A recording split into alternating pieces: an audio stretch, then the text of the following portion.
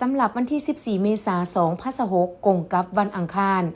ถือว่าเป็นมื้อทำอิฐของการหลีนบุญปีใหม่ของประชาชนลาวชาวพุทธเป็นมื้อที่มีความหมายความสำคัญในการส่งถ่ายปีเก่าพศ 2568 และตอนรับปีใหม่ พศ 2569 สำหรับปีนี้องค์การปกครองแขวงจำปาสักร่วมกับองค์การปกครองนครปักเซ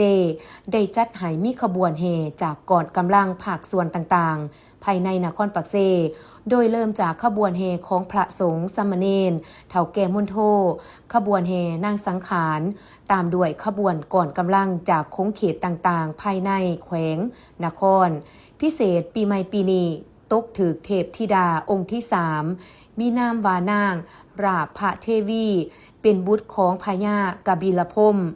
ทรงพระลูหัสถัดดอกบัวหลวงเครื่องประดับด้วยแก้วโมลาเสวยโลหิตเป็นอาหารพหัตถ์ขวาถือตีศูนย์หอกสามงามพหัตถ์ซ้ายทรงถือลูกธนูเสด็จนั่งเทิงหลังหมูเป็นพาหนะซึ่งขบวนแห่ดังกล่าวเริ่มแต่หน้าสำนักงานหองว่าการนครปากเซเข้าสู่วัดหลวงโดยมีการนำของแขวงการนำนครพร้อมด้วยมวลชนเข้าร่วมอย่างหลวงหลายการจัดงานดังกล่าวเพื่อสืบสานประเพณีวัฒนธรรมอันดีงามของศาสตร์ของท้องถิ่น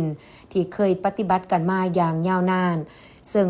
แม้นเต็มไปด้วยบรรยากาศมีความเบิกบานมวลซืนตามสายทางได้มีมวลชนเห็นว่า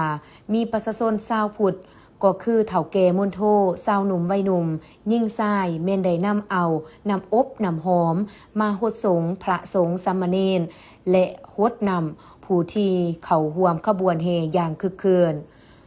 ส่วนอยู่ตามวัดว่าอารามก็เช่นเดียวกันก็มีพ่อแม่ประชาชนคนลาวชาวพุทธได้หลั่งไหลเข้าสู่วัดว่าอารามต่างๆเพื่อนำเอานำอบนำหอมที่เกี่ยมใบไปฮดสงฆ์ครูบาอาจารย์และฮดสงฆ์พระพุทธรูปอยู่ตามวัดว่าอารามต่างๆซึ่ง1 ปีจะได้ฮดสงฆ์เทื่อหนึ่งเพื่อเป็นการขอขมาขอพรจากครูบาอาจารย์ให้อยู่ดีมีแห้งและเป็นสิริมงคลในการส่งถ่ายปีเก่าตอนรับปีใหม่ให้แก่ตนเองและครอบครัว